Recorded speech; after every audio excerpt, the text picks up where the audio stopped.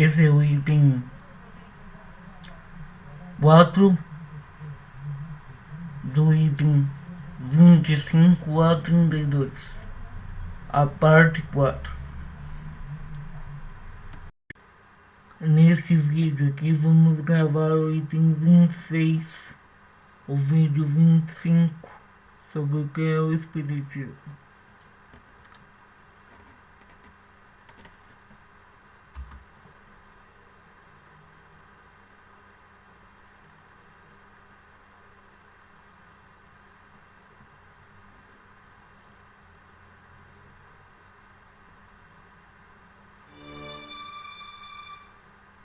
Comunicações com o mundo invisível.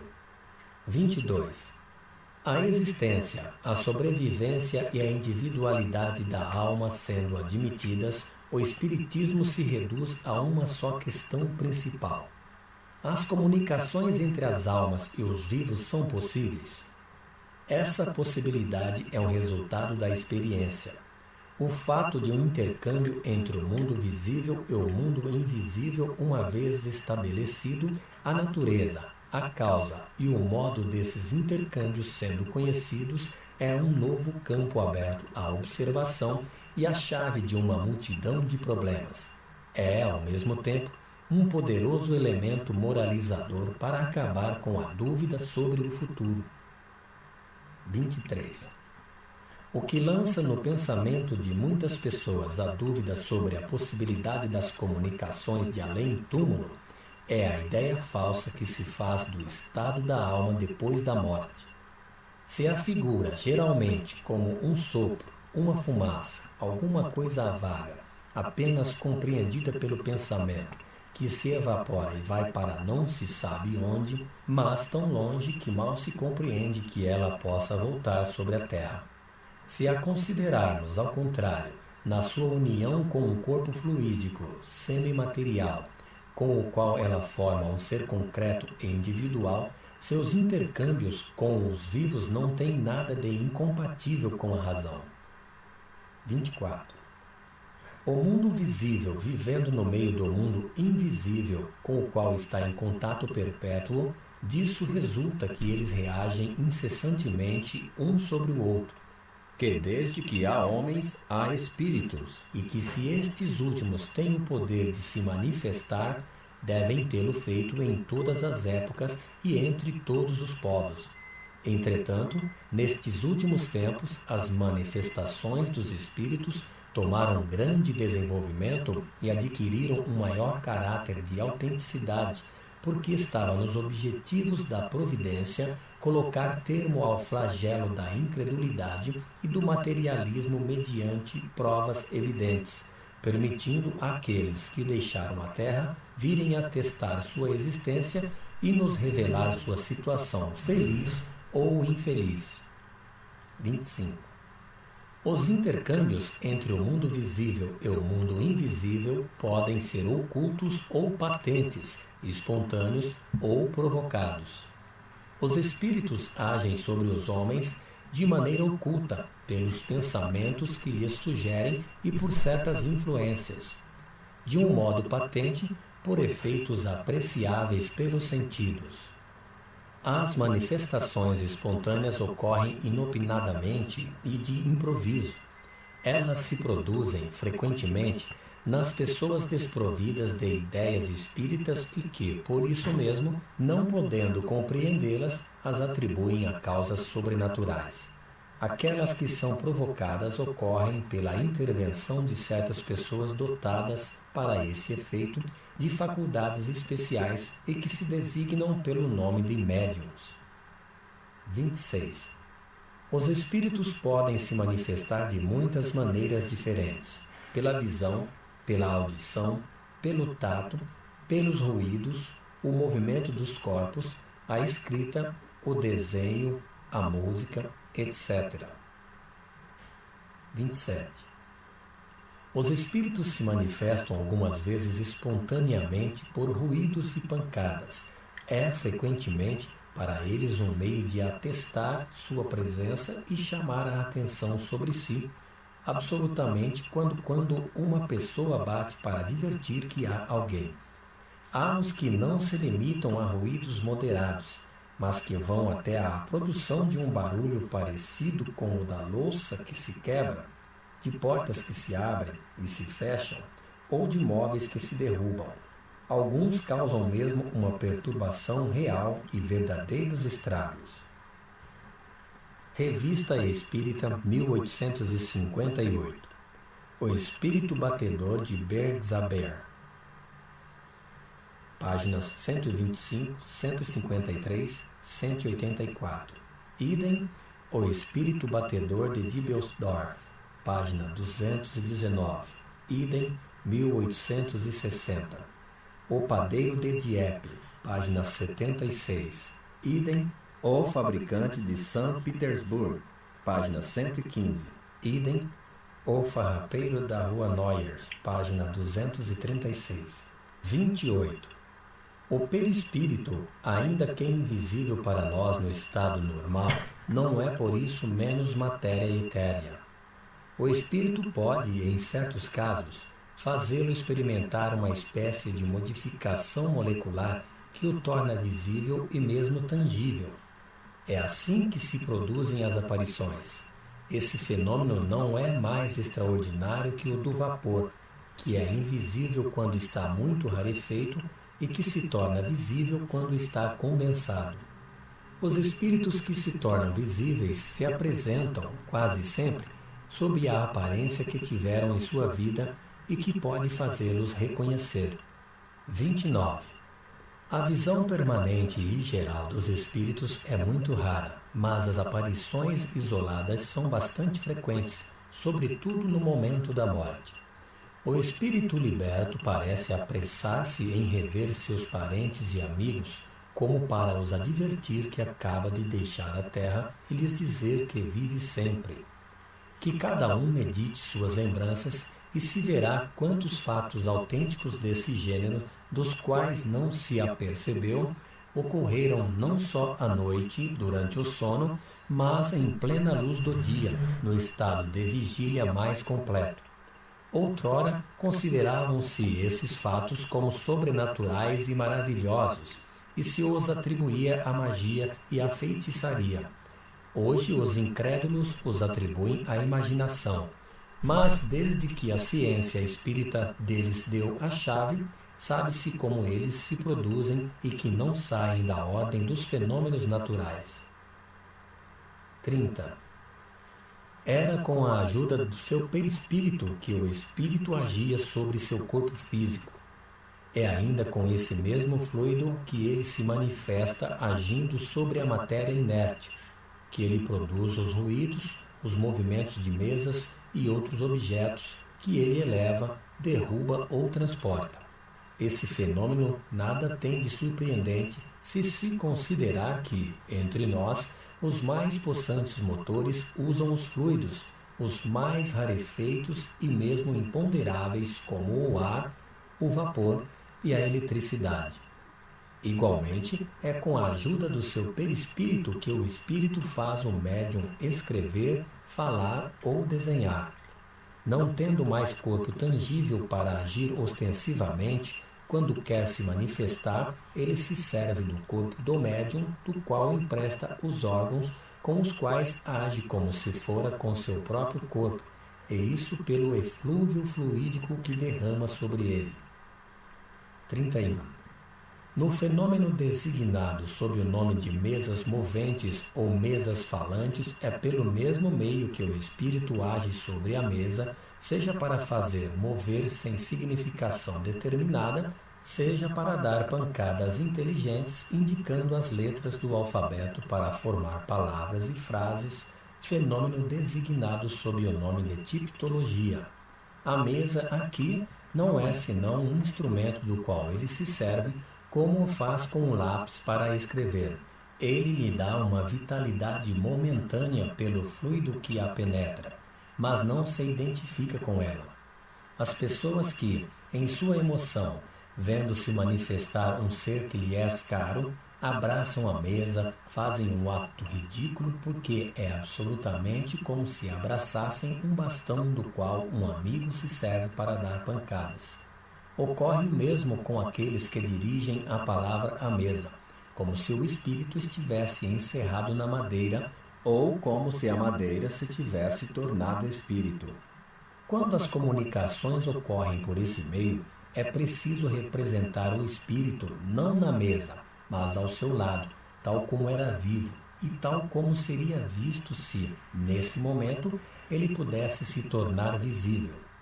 A mesma coisa ocorre nas comunicações escritas.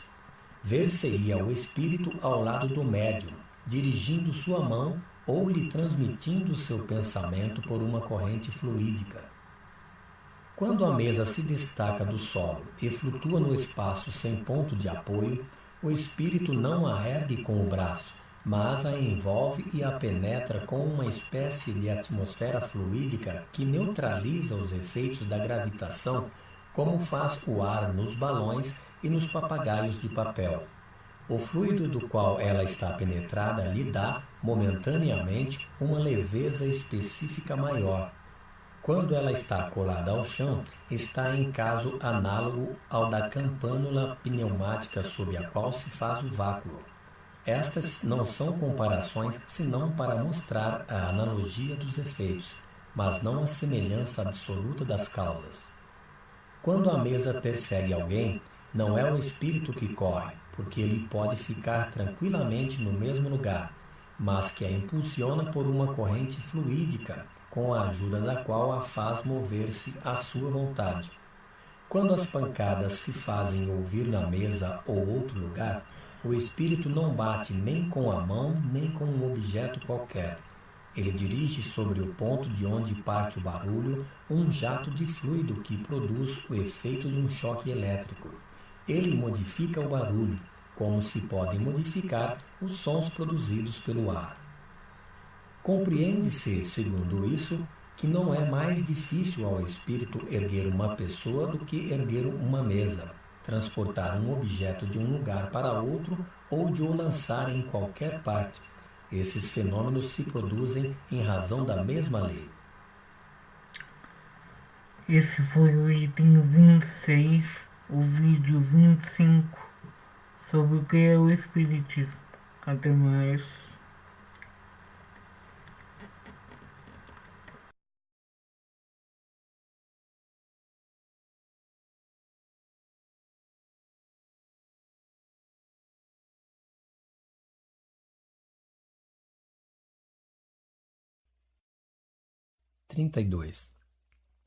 Pode-se ver, por essas poucas explicações, que as manifestações espíritas, de qualquer natureza que sejam, nada têm de sobrenatural ou de maravilhoso. São fenômenos que se produzem em virtude da lei que rege o intercâmbio do mundo visível com o mundo invisível. Lei tão natural como a da eletricidade, da gravitação, etc. O Espiritismo é a ciência que nos faz conhecer essa lei, como a mecânica nos faz conhecer a lei do movimento, a ótica a da luz. As manifestações espíritas, estando na natureza, produziram-se em todas as épocas. A lei que as rege, uma vez conhecida, nos explica uma série de problemas considerados insolúveis. É a chave de uma multidão de fenômenos explorados e ampliados pela superstição. 33. O maravilhoso, uma vez afastado, esses fenômenos nada mais têm que repugnarem à razão, porque eles vêm se colocar ao lado de outros fenômenos naturais. Nos tempos da ignorância, todos os efeitos dos quais não se conheciam as causas eram reputados como sobrenaturais. As descobertas científicas sucessivamente restringiram o círculo do maravilhoso. O conhecimento desta nova lei o reduziu a nada. Aqueles, pois, que acusam o Espiritismo de ressuscitar o maravilhoso provam, com isso, que falam de uma coisa que não conhecem. 34. As manifestações dos espíritos são de duas naturezas, os efeitos físicos e as manifestações inteligentes. Os primeiros são os fenômenos materiais e ostensivos, tais como os movimentos, os ruídos, os transportes de objetos, etc. As outras consistem na permuta regular de pensamentos com a ajuda de sinais, da palavra e, principalmente, da escrita. 35. As comunicações que se recebem dos espíritos podem ser boas ou más, justas ou falsas, profundas ou superficiais, segundo a natureza dos espíritos que se manifestem. Aqueles que provam sabedoria e saber são espíritos que progrediram. Aqueles que provam ignorância e más qualidades são espíritos ainda atrasados, que progredirão com o tempo. Os espíritos não podem responder senão sobre o que sabem, segundo seu adiantamento e, além disso, sobre o que lhes é permitido dizer, porque há coisas que não devem revelar, visto que não é dado ainda ao homem tudo conhecer. 36. Da diversidade nas qualidades e aptidões dos espíritos resulta que não basta se dirigir a um espírito qualquer para ter uma resposta justa a toda questão, porque, sobre muitas coisas, ele não pode dar senão sua opinião pessoal, que pode ser justa ou falsa. Se ele é sábio, reconhecerá sua ignorância sobre o que não sabe. Se é leviano ou mentiroso, responderá sobre tudo sem se preocupar com a verdade. Se é orgulhoso, dará sua ideia como uma verdade absoluta.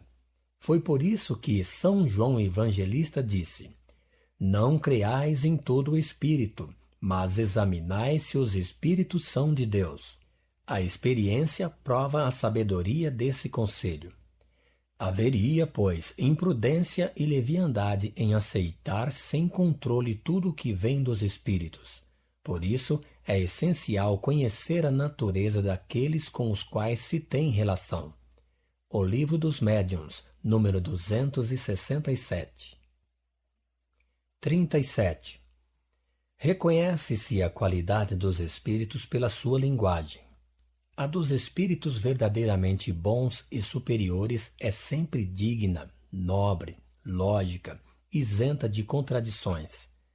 Nela transparecem a sabedoria, a benevolência, a modéstia e a moral mais pura. Ela é concisa e sem palavras inúteis. Nos espíritos inferiores, ignorantes ou orgulhosos, o vazio das ideias é quase sempre compensado pela abundância de palavras.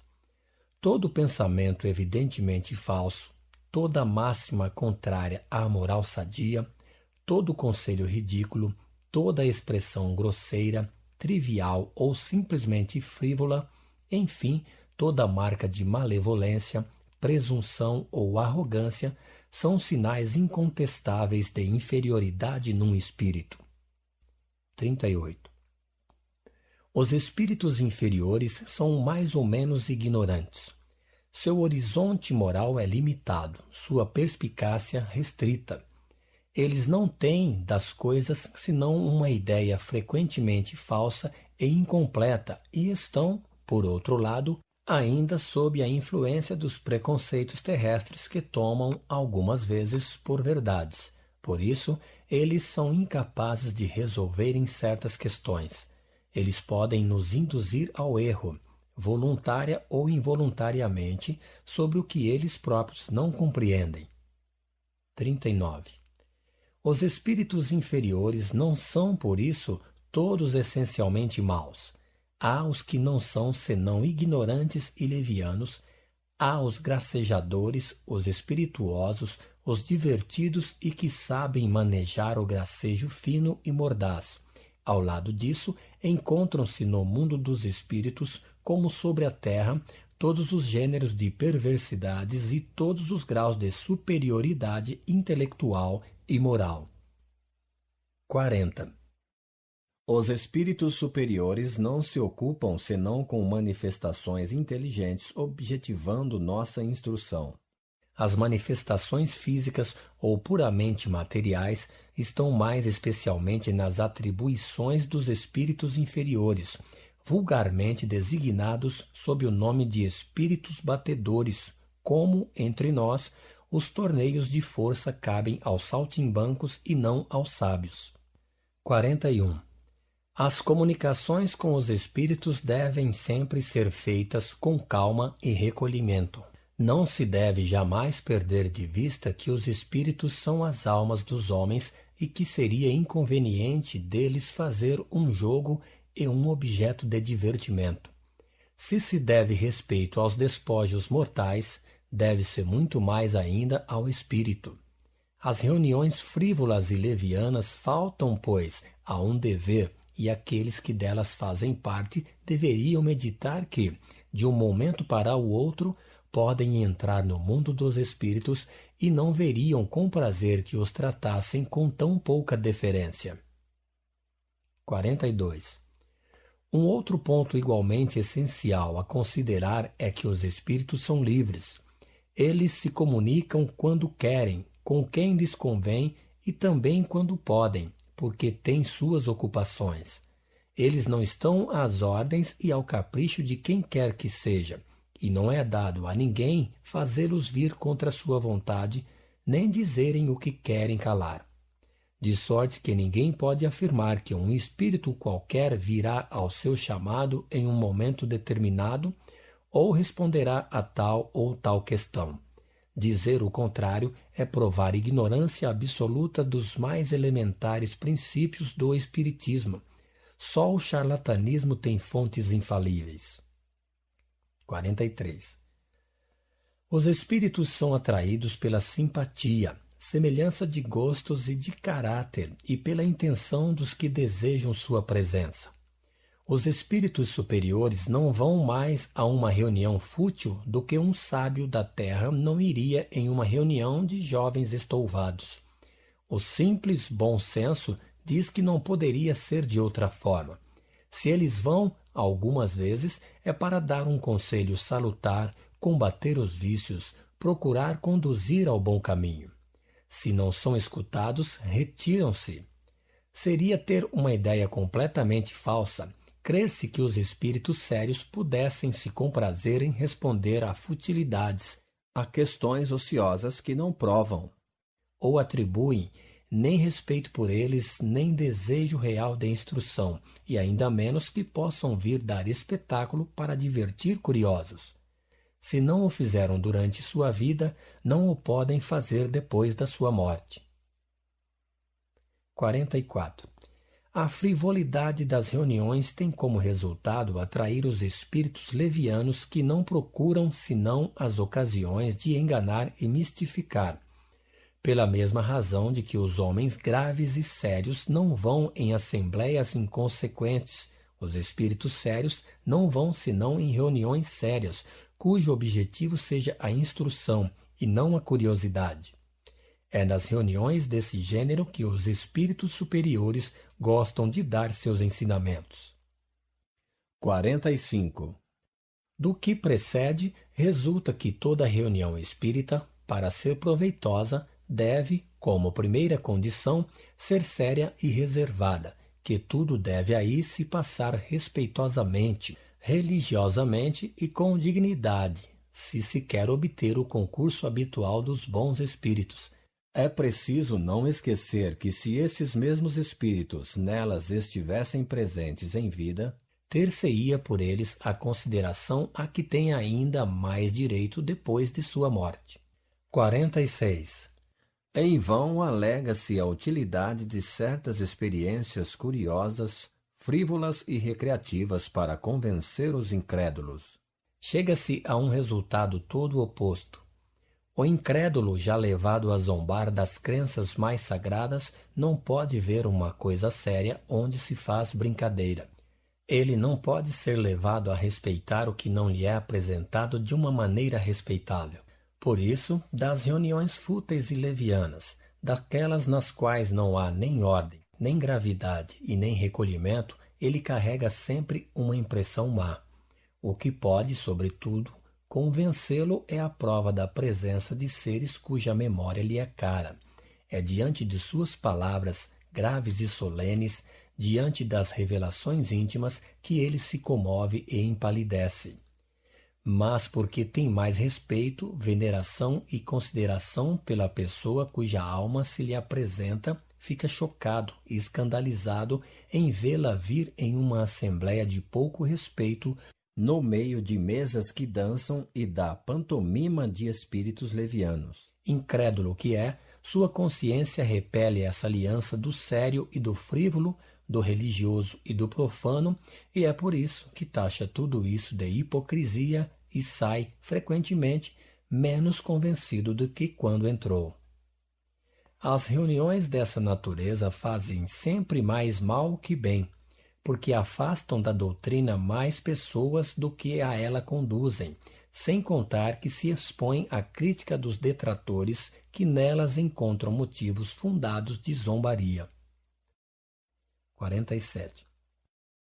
É erradamente que se faz um jogo das manifestações físicas. Se elas não têm mais a importância do ensinamento filosófico, têm a sua utilidade do ponto de vista do fenômeno, porque são o alfabeto da ciência da qual deram a chave. Embora menos necessárias hoje, elas ajudam ainda a convencer certas pessoas. Elas, porém, não excluem de nenhum modo a ordem e a decência das reuniões onde se as experimenta. Se fossem sempre praticadas de maneira conveniente, convenceriam mais facilmente e produziriam, sob todos os aspectos, melhores resultados. 48. Certas pessoas fazem uma ideia muito falsa das evocações.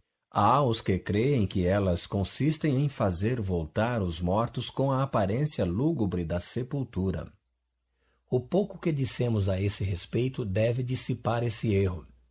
Não é senão nos romances, nos contos fantásticos de almas do outro mundo e no teatro que se veem os mortos descarnados saírem de suas sepulturas vestidos ridicularmente de mortalha e fazendo chocalhar seus ossos. O Espiritismo, que jamais fez milagres, não fez mais este que outros e jamais fez reviver um corpo morto. Quando o corpo está na cova, aí está definitivamente. Mas o ser espiritual, fluídico, inteligente, não foi aí encerrado com seu envoltório grosseiro, do qual se separou no momento da morte. Uma vez operada a separação, nada tem em comum com ele. 49.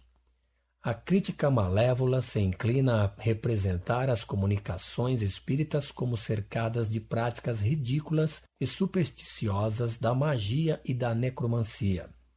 Se aqueles que falam do Espiritismo sem o conhecer, se tivessem se dado ao trabalho de estudar aquilo de que querem falar, se poupariam de gastos da imaginação ou de alegações que não servem senão para provarem sua ignorância e sua má vontade. Para a edificação de pessoas estranhas à ciência espírita, nós diremos que não há, para se comunicar com os espíritos, nem dias, nem horas, nem lugar mais propícios uns que os outros, que não é preciso para os evocar nem fórmulas, nem palavras sacramentais ou cabalísticas, que não há necessidade de nenhuma preparação, de nenhuma iniciação, que o emprego de todo sinal ou objeto material, seja para os atrair, seja para os repelir, não tem efeito, e que o pensamento basta.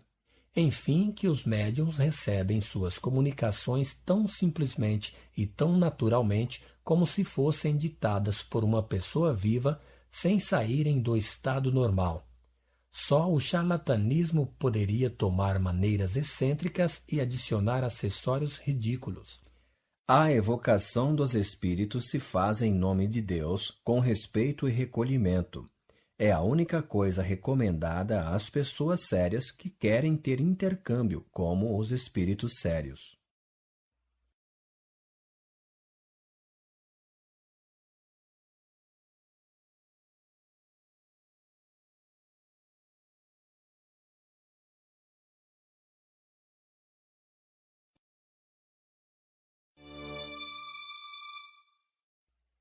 Fim providencial das manifestações espíritas. 50.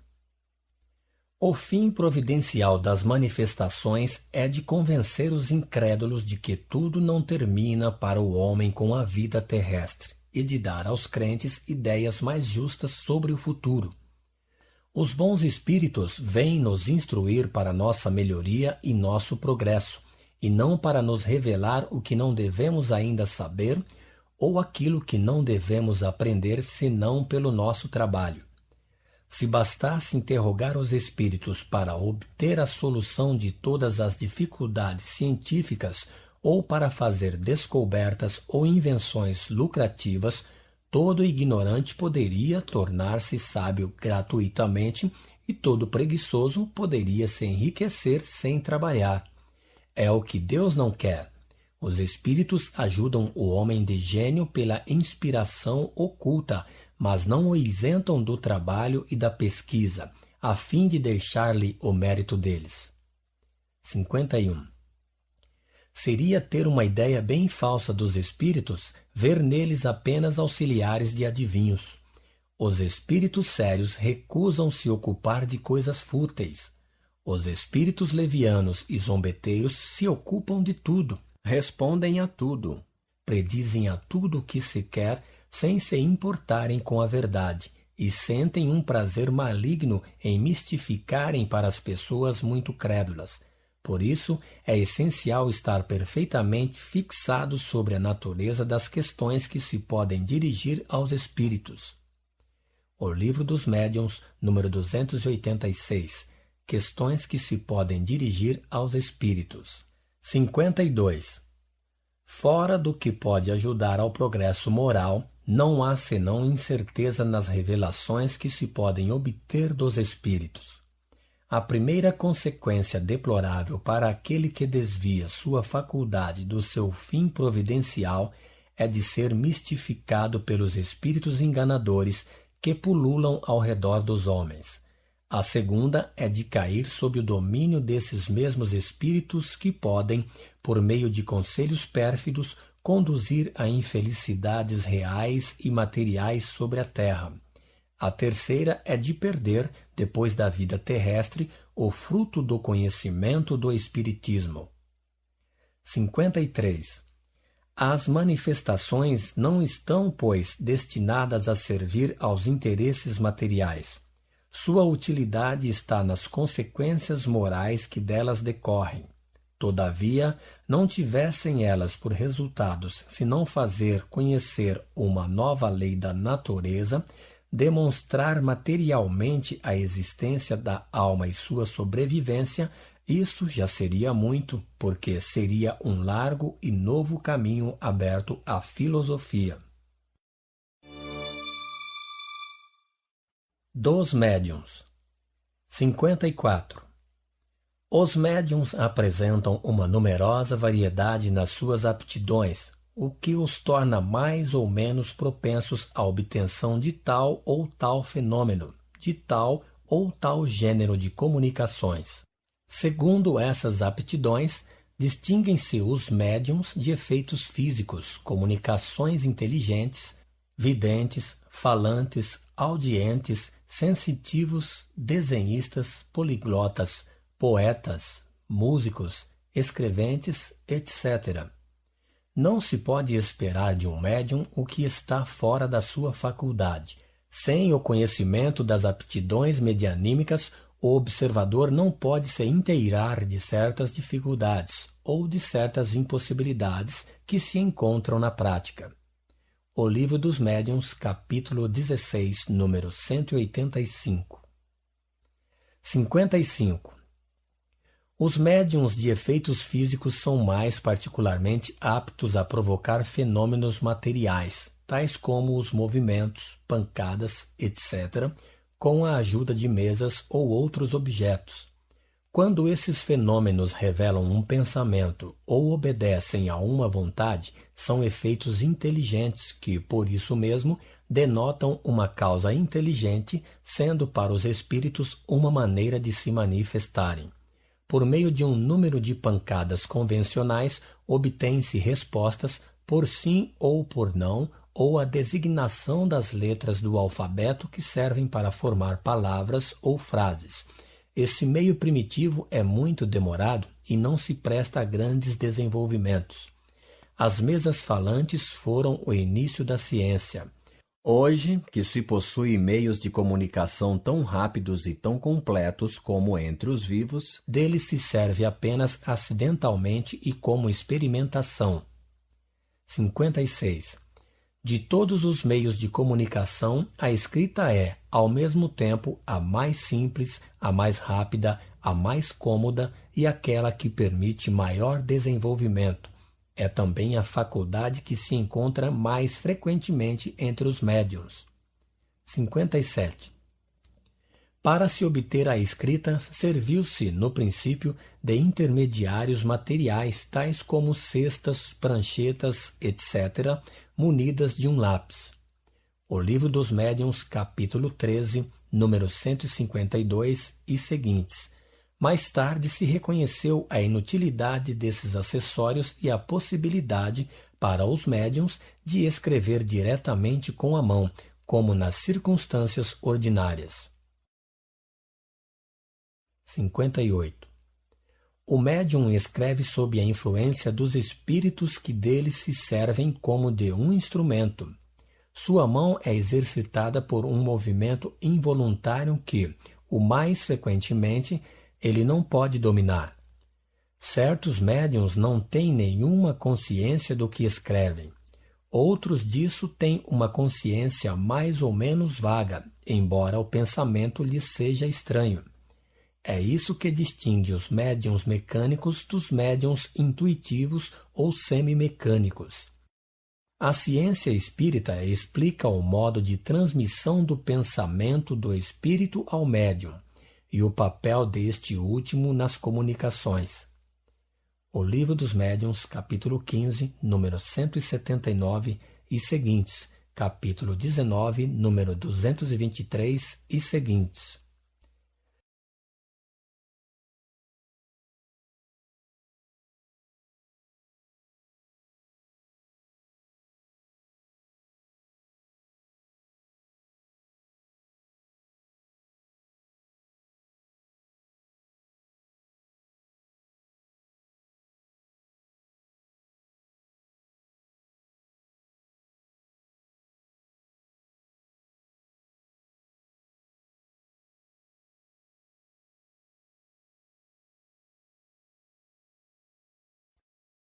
59. Os médiuns não possuem senão a faculdade de comunicar, mas a comunicação efetiva depende da vontade dos espíritos. Se os espíritos não querem se manifestar, o médium nada obtém, ficando como um instrumento sem músico. Os espíritos não se comunicam senão quando o querem, ou o podem, e não estão ao capricho de ninguém. Nenhum médium tem o poder de os fazer virem quando deseje e contra a sua vontade. Isso explica a intermitência da faculdade nos melhores médiuns e as interrupções que suportam por vezes durante vários meses. Seria, pois, erradamente que se assemelharia a mediunidade a um talento. O talento se adquire pelo trabalho e aquele que o possui dele é sempre senhor. O médium não é jamais senhor da sua faculdade, uma vez que depende de uma vontade estranha. 60. Os médiuns de efeitos físicos que obtêm regularmente à sua vontade a produção de certos fenômenos, admitindo que isso não seja por malabarismo, estão servindo a espíritos de baixo estágio que se comprazem com essas espécies de exibições e que talvez fizeram esse trabalho quando vivos. Mas seria absurdo pensar que espíritos, embora pouco elevados, se divirtam exibindo-se. 61. A obscuridade necessária à produção de certos efeitos físicos presta-se, sem dúvida, à suspeição, mas não prova nada contra a realidade. Sabe-se que em química há combinações que não podem se operar sob a luz e que composições e decomposições ocorrem sob a ação do fluido luminoso. Ora, todos os fenômenos espíritas são o resultado da combinação de fluidos próprios do espírito e do médium. Esses fluidos, sendo da matéria, não há nada de surpreendente em que, em certos casos, o fluido luminoso seja contrário a essa combinação. 62. As comunicações inteligentes ocorrem igualmente pela ação fluídica do espírito sobre o médium. É preciso que o fluido deste último se identifique com o do espírito. A facilidade das comunicações depende do grau de afinidade que existe entre os dois fluidos. Cada médium está, assim, mais ou menos apto a receber a impressão ou impulso do pensamento de tal ou tal espírito. Ele pode ser um bom instrumento para um e um mau instrumento para outro. Disso resulta que dois médiuns igualmente bem dotados, estando ao lado um do outro, um espírito poderá se manifestar por um e não pelo outro. 63. É, pois, um erro crer-se que basta ser médium para receber com igual facilidade as comunicações de todo o espírito. Não existem mais médiuns universais para as evocações do que aptidão para produzir todos os fenômenos. Os espíritos procuram, de preferência, instrumentos que vibrem em uníssono com eles. Impor-lhes o primeiro que aparece seria como se impusesse a um pianista tocar violino, pelo fato de, sabendo música, dever poder tocar todos os instrumentos. 64. Sem a harmonia, a única que pode conduzir à assimilação fluídica, as comunicações são impossíveis, incompletas ou falsas. Elas podem ser falsas porque, na falta do espírito desejado, não faltam outros prontos a aproveitarem a ocasião de se manifestarem e que se importam muito pouco em dizerem a verdade. 65. A assimilação fluídica é, algumas vezes, inteiramente impossível entre certos espíritos e certos médiuns. Outras vezes, e é o caso mais comum, ela não se estabelece senão gradualmente e com o tempo. É isso que explica por que os espíritos que têm por hábito se manifestarem por um médium o fazem com mais facilidade. E porque as primeiras atestam, quase sempre, um certo constrangimento e são menos explícitas. 66. A assimilação fluídica é tão necessária nas comunicações pela tipologia como na escrita, já que, em um e outro caso, trata-se da transmissão do pensamento do espírito, qualquer que seja o meio material empregado. 67. Não podendo impor um médium ao espírito que se quer evocar, convém deixar-lhe a escolha de seu instrumento. Em todos os casos, é necessário que o médium se identifique previamente com o espírito pelo recolhimento e pela prece, ao menos durante alguns minutos e mesmo alguns dias antes, se for possível, de maneira a provocar e a ativar a assimilação fluídica. É o meio de atenuar a dificuldade. 68. Quando as condições fluídicas não são propícias à comunicação direta do espírito para o médium, ela pode ser feita por intermédio do guia espiritual deste último. Nesse caso, o pensamento não chega senão de segunda mão, quer dizer, depois de ter atravessado dois meios.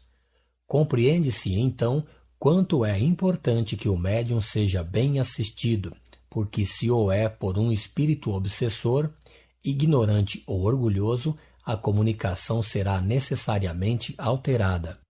Aqui as qualidades pessoais do médium desempenham forçosamente um papel importante pela natureza dos espíritos que atrai para si. Os médiuns mais indignos podem ter poderosas faculdades, mas os mais seguros são aqueles que, a essa força, aliam as melhores simpatias no mundo espiritual.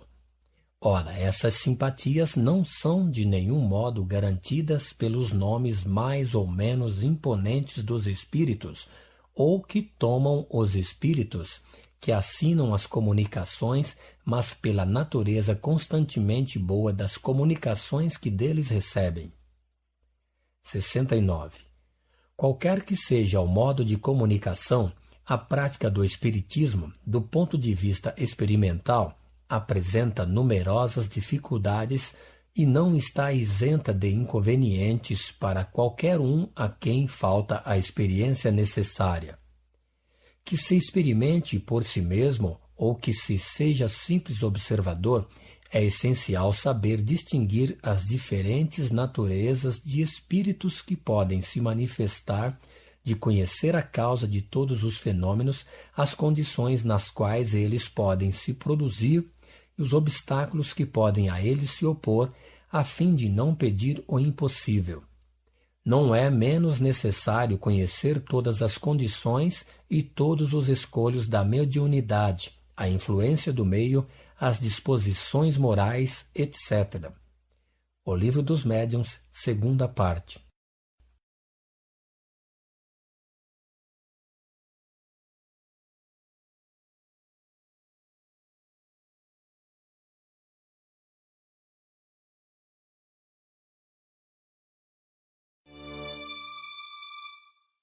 Escolhos dos médiuns.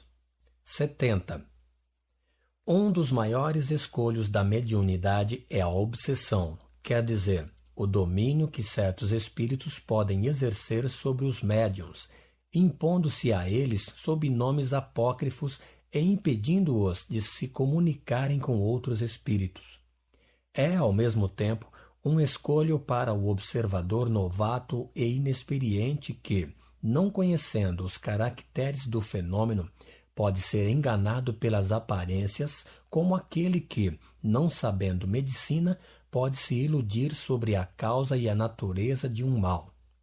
Se o estudo prévio, nesse caso, é útil para o observador, ele é indispensável para o médium no sentido que lhe fornece os meios de prevenir um inconveniente que poderia lhe ter consequências deploráveis. Por isso, não nos parece demasiado recomendar o estudo antes de se entregar à prática. O Livro dos Médiuns, capítulo 23. 71. A obsessão apresenta 3 graus principais bem caracterizados: a obsessão simples, a fascinação e a subjugação.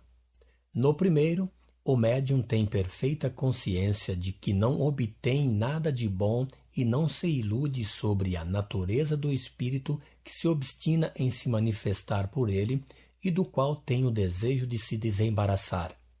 Esse caso não oferece nenhuma gravidade. Não é senão um simples desgosto, e o médium a ele cede por deixar momentaneamente de escrever.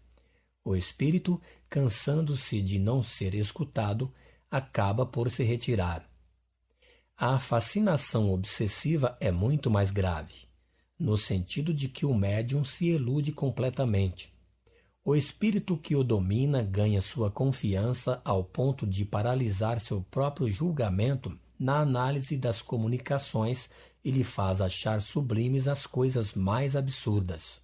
O caráter distintivo desse gênero de obsessão é de provocar nos médiuns uma excessiva suscetibilidade, de levá-lo a não achar bom, justo e verdadeiro senão o que ele escreve, a repelir e mesmo tomar pelo lado mau todo conselho e toda observação crítica, a romper com seus amigos antes de convir que está enganado, a ter inveja de outros médiuns cujas comunicações são julgadas melhores que as suas, a querer se impor nas reuniões espíritas das quais se afasta quando não pode aí dominar.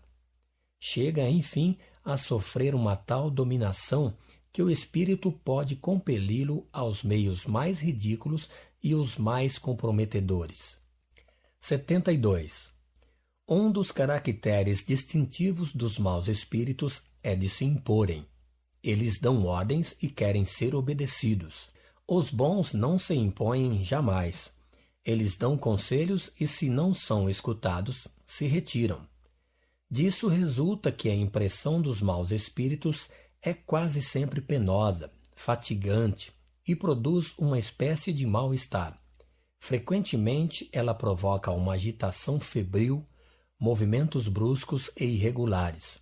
A impressão dos bons espíritos, ao contrário, é calma, doce e proporciona um verdadeiro bem-estar.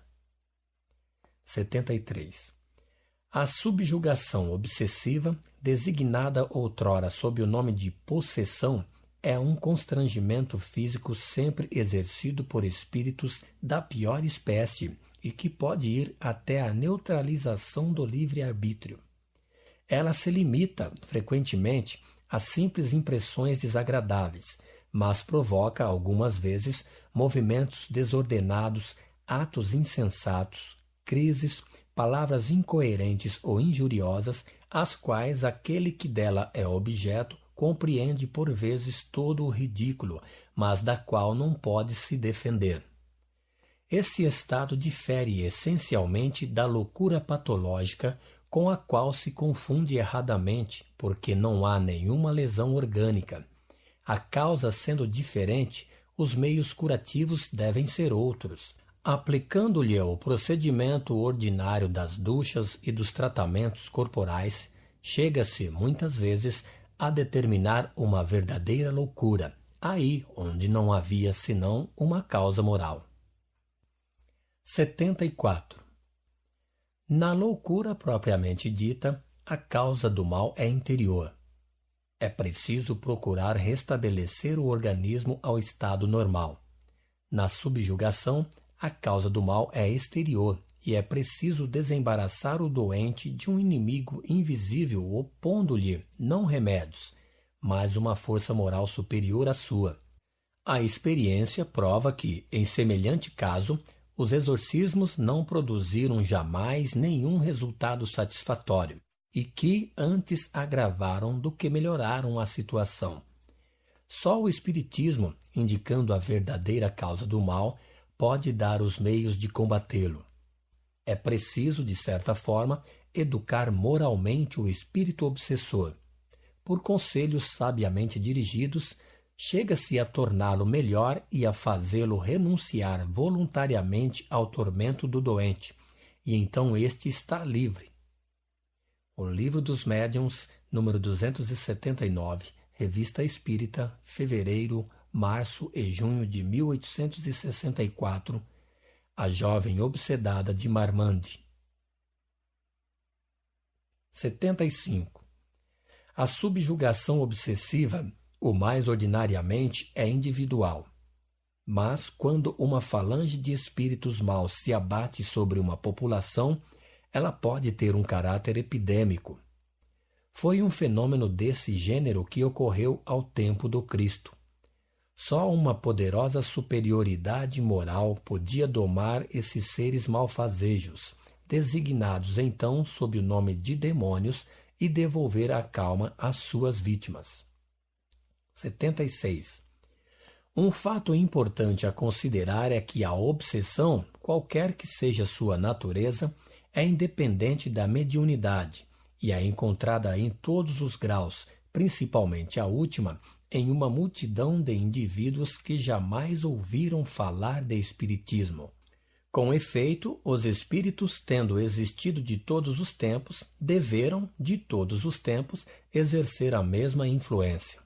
A mediunidade não é uma causa, mas apenas um modo de manifestação dessa influência, de onde se pode dizer, com certeza, que todo médium obsedado deve suportar de uma maneira qualquer e, frequentemente, nos mais vulgares atos da vida, os efeitos dessa influência, que sem a mediunidade ela se traduziria por outros efeitos atribuídos muitas vezes a essas moléstias misteriosas que escapam a todas as investigações da medicina. Pela mediunidade, o ser malfazejo traiu sua presença. Sem a mediunidade era um inimigo oculto do qual não se desconfiava. 77. Aqueles que não admitem nada fora da matéria não podem admitir uma causa oculta. Mas quando a ciência tiver saído da rotina materialista, ela reconhecerá na ação do mundo invisível que nos cerca e no meio do qual vivemos uma força que reage sobre as coisas físicas tanto quanto sobre as coisas morais. Esse será um novo caminho aberto ao progresso e a chave de uma multidão de fenômenos mal compreendidos. 78. Como a obsessão não pode jamais decorrer de um bom espírito, um ponto essencial é o de saber reconhecer a natureza daqueles que se apresentam. O médium não esclarecido pode ser enganado pelas aparências. Aquele que está prevenido espreita os menores sinais suspeitos e o espírito acaba por se retirar quando vê que nada tem a fazer. O conhecimento prévio dos meios de distinguir os bons dos maus espíritos é, pois, indispensável ao médium que não quer se expor a ser preso na armadilha. Ele não é menos indispensável para o simples observador que pode, por esse meio, apreciar o valor daquilo que vê ou ouve. O Livro dos Médiuns, capítulo 24.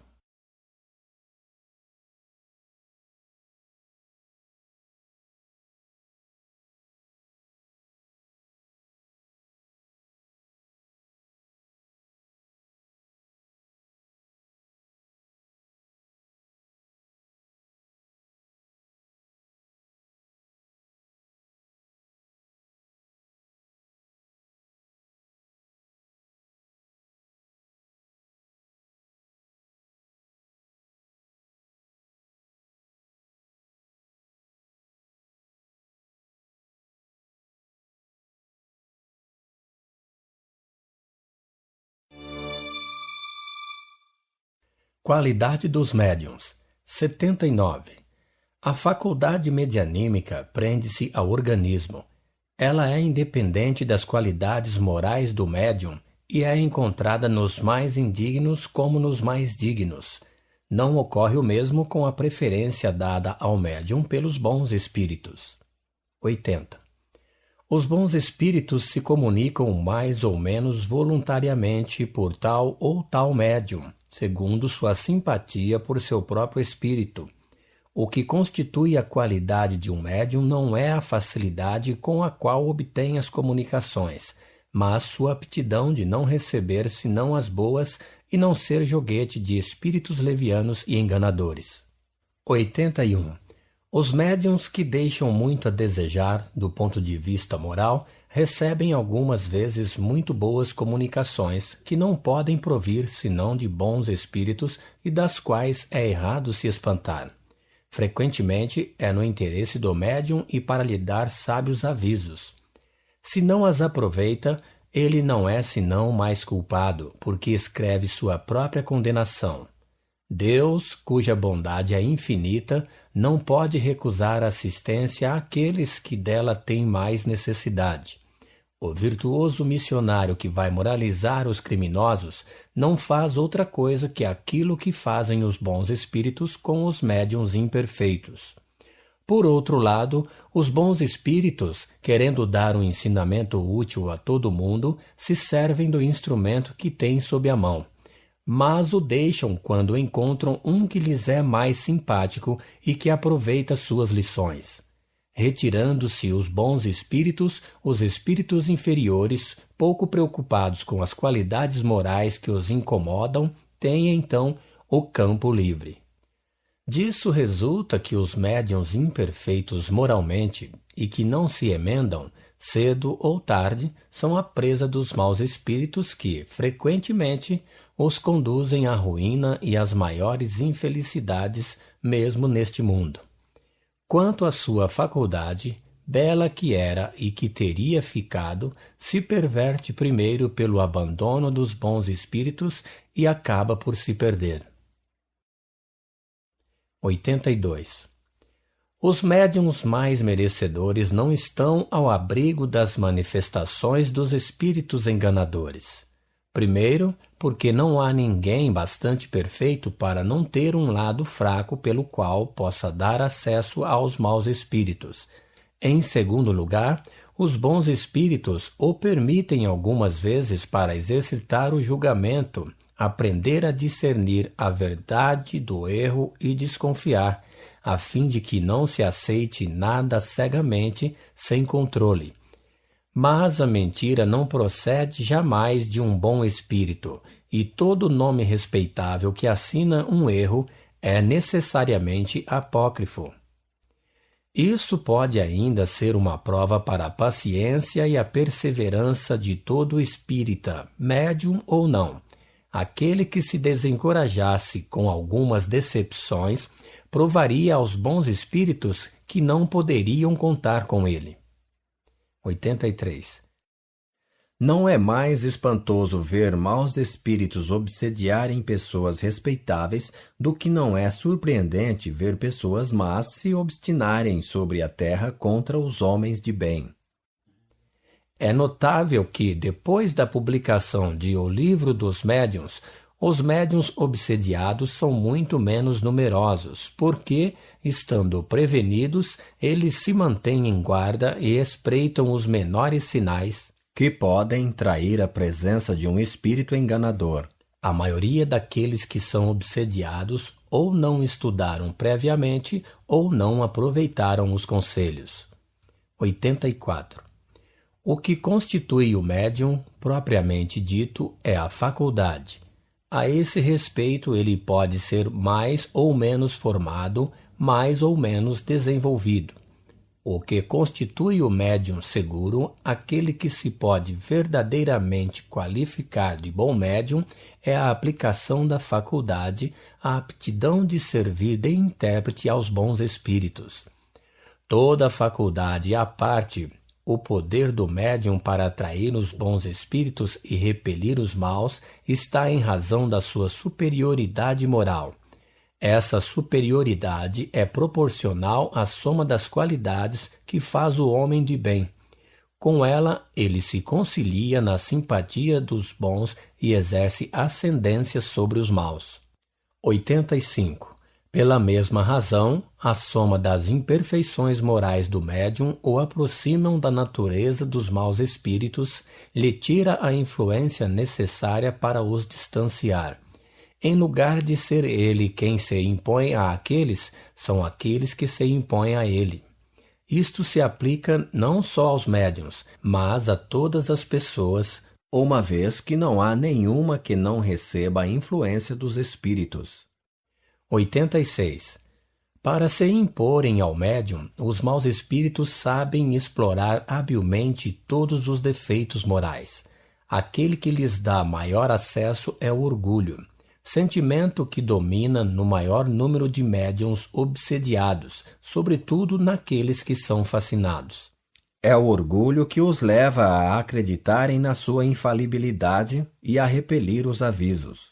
Esse sentimento, infelizmente, é excitado pelos elogios do qual são objeto. Quando eles têm uma faculdade um pouco transcendental, são procurados, adulados e, acabando por crer em sua importância, consideram-se indispensáveis, sendo isso o que os perde. 87.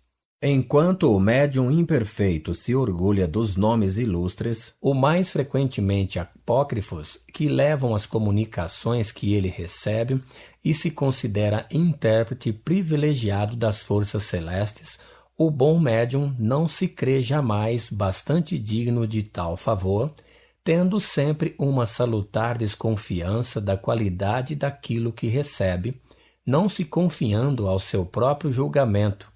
Não sendo senão um instrumento passivo, ele compreende que, se é bom, não pode disso fazer um mérito pessoal, não mais do que pode ser responsável se é mau, e que seria ridículo acreditar na identidade absoluta dos espíritos que se manifestam por ele. Deixa a questão ser julgada por terceiros desinteressados, sem que seu amor próprio tenha mais a sofrer com um julgamento desfavorável do que o ator que não é passível da censura infligida à peça da qual é intérprete. Seu caráter distintivo é a simplicidade e a modéstia.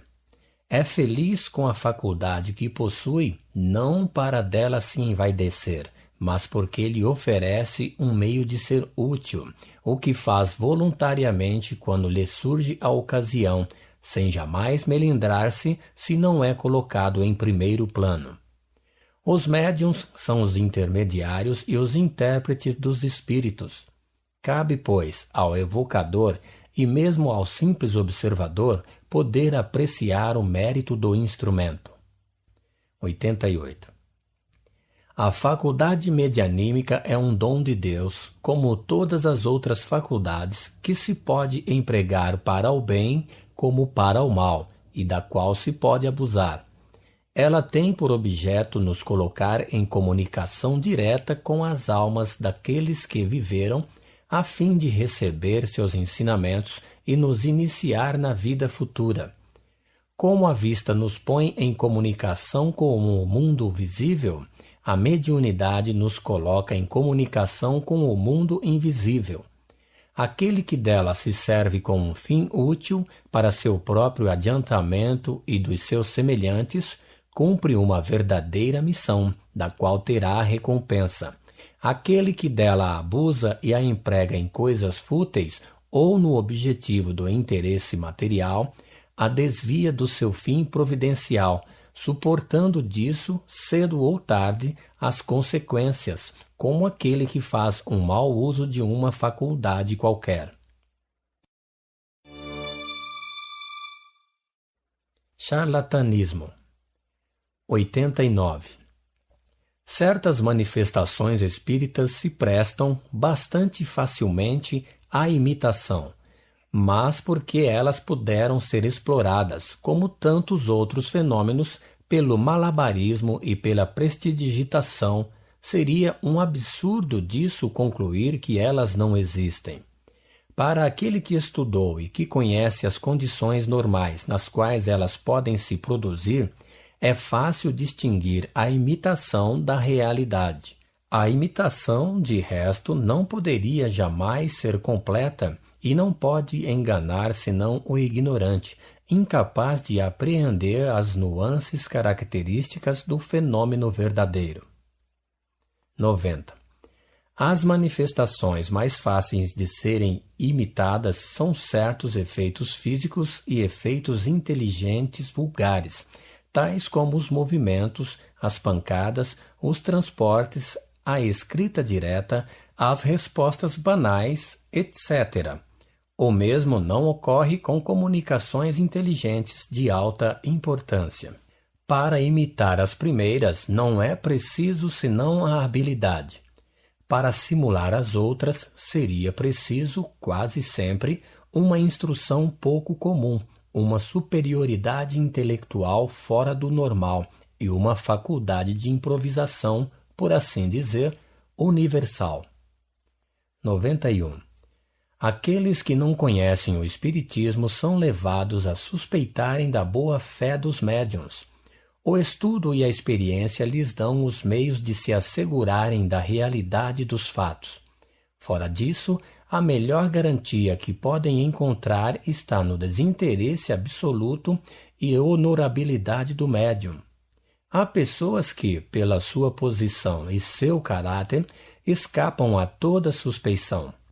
Se a atração do ganho pode excitar a fraude, o bom senso diz que, onde não há nada a ganhar, o charlatanismo nada tem a fazer.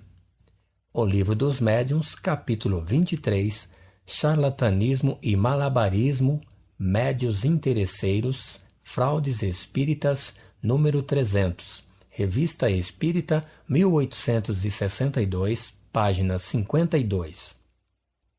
92. Entre os adeptos do Espiritismo, encontram-se os entusiastas e os exaltados, como em todas as coisas. Esses são, em geral, os piores propagadores, porque se duvida da sua facilidade em tudo aceitar sem um exame aprofundado. O espírita esclarecido se defende do entusiasmo que cega, observando a tudo friamente e com calma. É o meio de não ser vítima nem de ilusões, nem de mistificadores. À parte toda questão de boa-fé, o observador novato deve, antes de tudo, inteirar-se da gravidade do caráter daqueles a quem se dirige.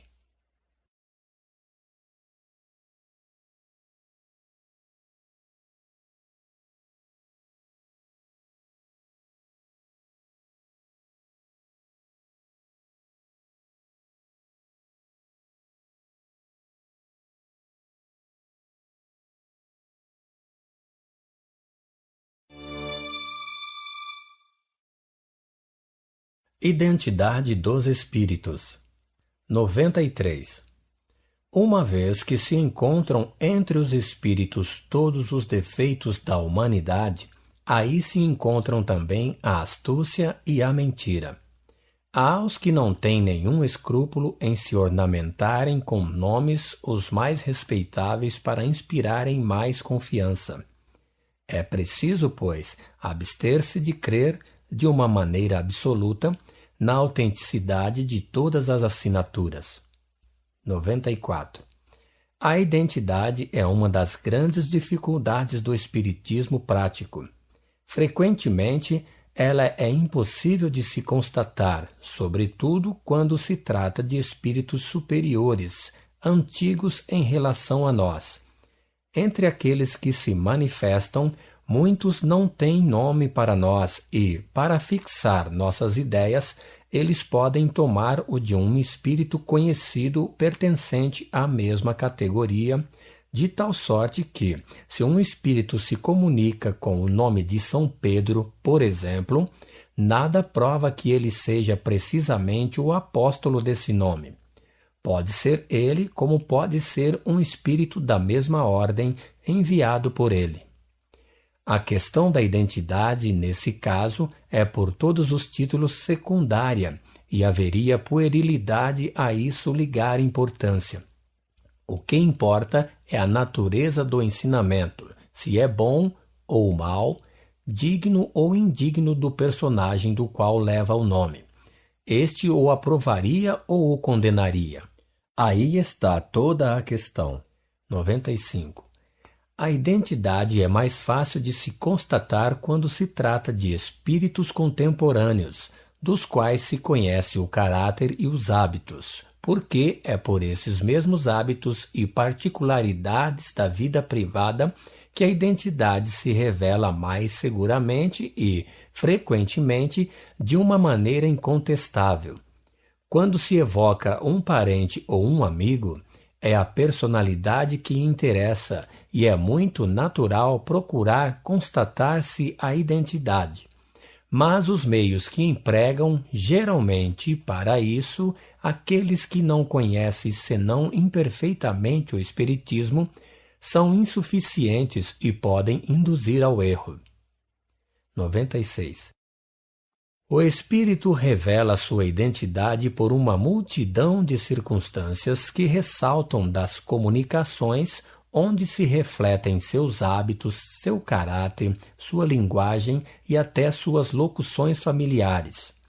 Ela se revela ainda pelos detalhes íntimos, nos quais ele entra espontaneamente com as pessoas às quais se afeiçoa, e que são os melhores. Mas é muito raro que ele satisfaça as questões diretas que lhe são dirigidas a esse respeito, sobretudo se elas são feitas por pessoas que lhe são indiferentes com um objetivo de curiosidade e de prova. O espírito prova sua identidade como quer ou como pode, segundo o gênero de faculdade do seu intérprete e, frequentemente, essas provas são superabundantes. O errado é querer que ele as dê à maneira do evocador. É quando ele se recusa a se submeter às suas exigências. O Livro dos Médiuns, capítulo 24, Identidade dos Espíritos, Revista Espírita, 1862, página 82. Fatos da Identidade. Contradições. 97. As contradições que se notam com bastante frequência na linguagem dos espíritos podem espantar apenas aqueles que não têm da ciência espírita senão um conhecimento incompleto.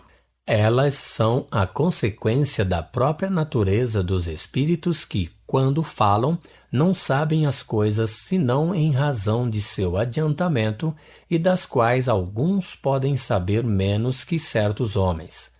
Sobre uma multidão de pontos, eles não podem emitir senão sua opinião pessoal, que pode ser mais ou menos justa, e conservar o reflexo dos preconceitos terrestres dos quais não estão despojados. Outros fazem os próprios sistemas sobre o que não conhecem ainda, particularmente no que tange às questões científicas e à origem das coisas. Não há, pois, nada de surpreendente em que não estejam sempre de acordo. 98. Espanta-se em encontrar comunicações contraditórias assinadas com o mesmo nome. Só os espíritos inferiores podem ter, segundo as circunstâncias, uma linguagem diferente, pois os espíritos superiores jamais se contradizem. Quem esteja pouco iniciado nos mistérios do mundo espiritual sabe com que facilidade certos espíritos se adornam de nomes emprestados para darem mais crédito às suas palavras. Pode-se disso concluir, com certeza, que se duas comunicações radicalmente contraditórias quanto ao fundo do pensamento levam o mesmo nome respeitável, uma das duas é necessariamente apócrifa. 99. Dois meios podem servir para fixar as ideias sobre as questões duvidosas. O primeiro é submeter as comunicações ao controle severo da razão, do bom senso e da lógica. É uma recomendação que fazem todos os bons espíritos e que procuram não fazer os espíritos enganadores que sabem muito bem não poder senão perder com um exame sério e, por isso, evitam a discussão e querem ser acreditados sob palavra. O segundo critério da verdade está na concordância do ensinamento. Quando o mesmo princípio é ensinado sobre vários pontos por diferentes espíritos e médiuns estranhos uns aos outros e que não estão sob a mesma influência, pode-se disso concluir que ele é mais verdadeiro que aquele que emana de uma só fonte e se encontra em contradição com a maioria. O Livro dos Médiuns, capítulo 27. As contradições e as mistificações. Revista Espírita, abril, 1864, página 99. Autoridade da doutrina espírita. A moral do Evangelho segundo o Espiritismo. Introdução, página 6.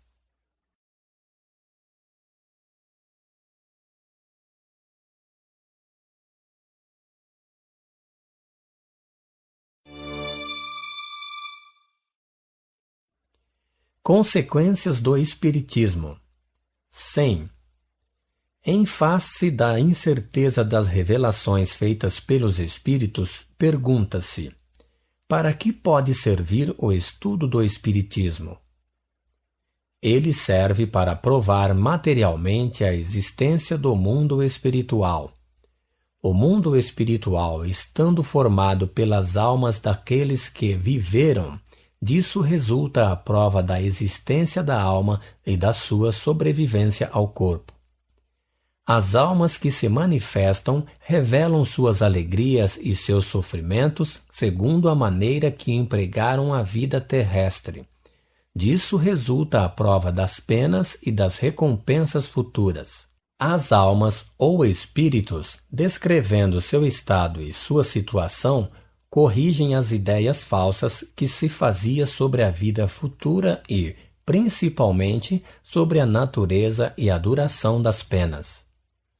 A vida futura passando, assim, do estado de teoria vaga e incerta ao estado de fato consumado e positivo, disso resulta a necessidade de trabalhar o mais possível durante a vida presente, que é de curta duração, em proveito da vida futura, que é indefinida.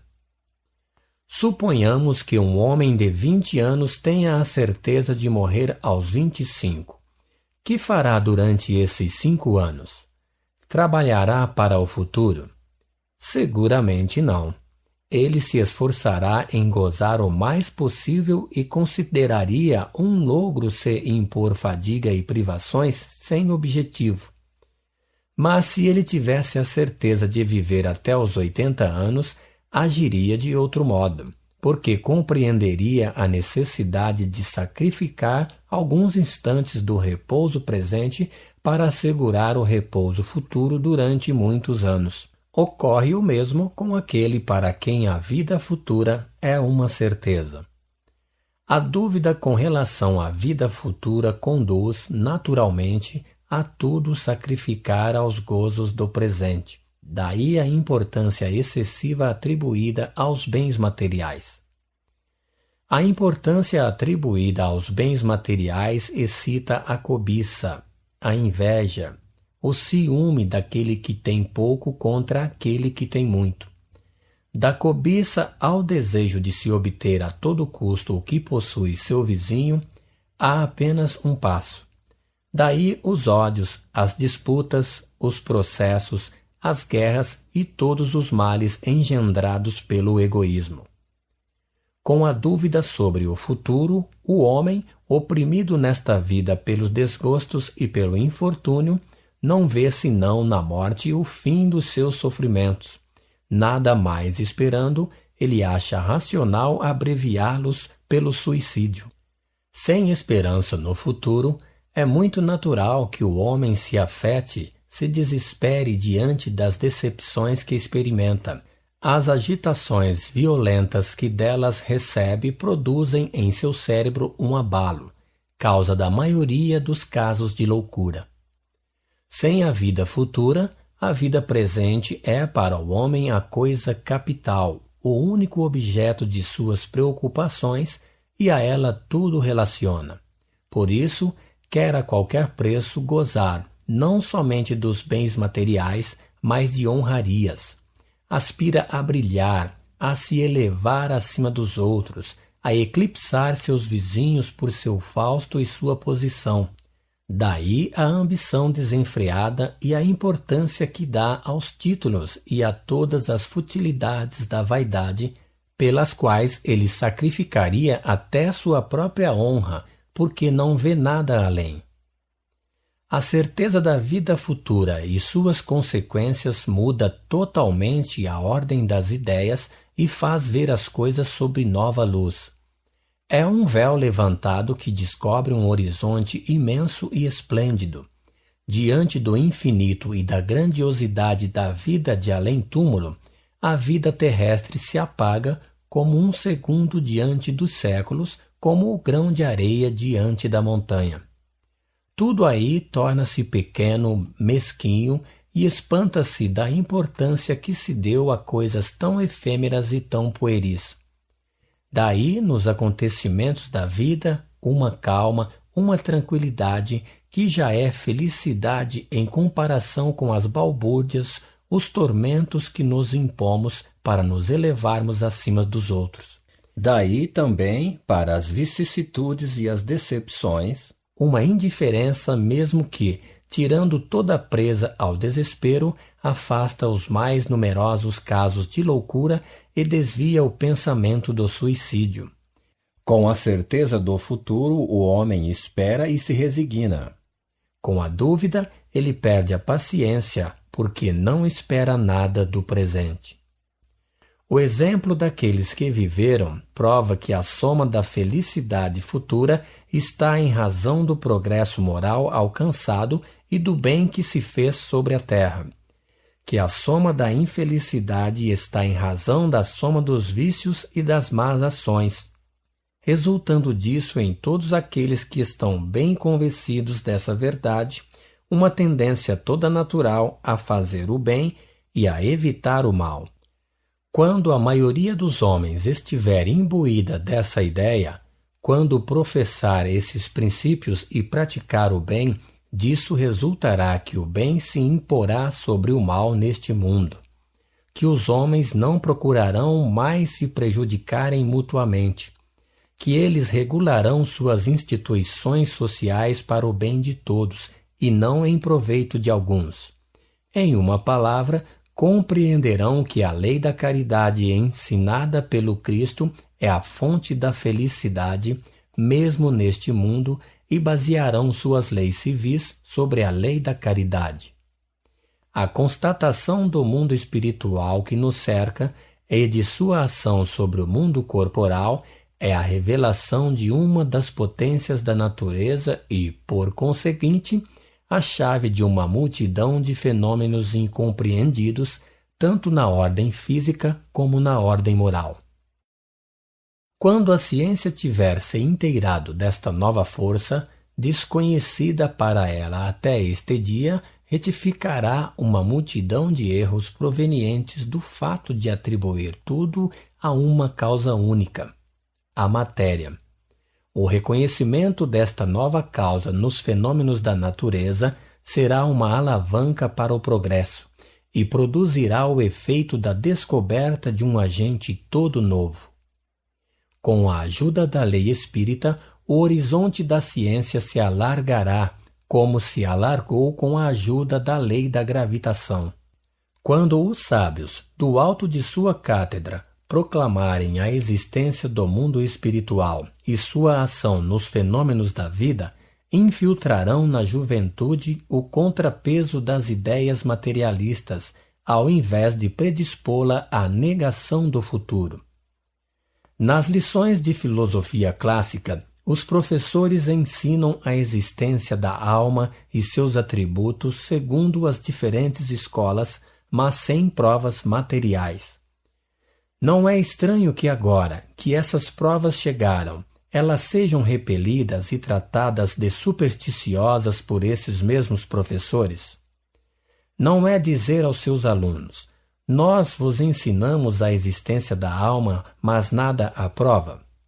Quando um sábio emite uma hipótese sobre uma questão científica, ele procura com zelo, acolhe com alegria os fatos que podem fazer dessa hipótese uma verdade. Como um professor de filosofia, cujo dever é provar aos seus alunos que eles têm uma alma, trata com desdém os meios de lhes dar uma demonstração patente.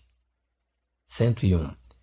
Suponhamos, pois, que os espíritos sejam incapazes de nada nos ensinar que nós já não o saibamos, ou que não podemos saber por nós mesmos. Vê-se que a só constatação da existência do mundo espiritual conduz, forçosamente, a uma revolução nas ideias. Ora, uma revolução nas ideias leva, forçosamente, a uma revolução na ordem das coisas, e é essa revolução que o Espiritismo prepara. 102. Mas os Espíritos fazem mais que isso.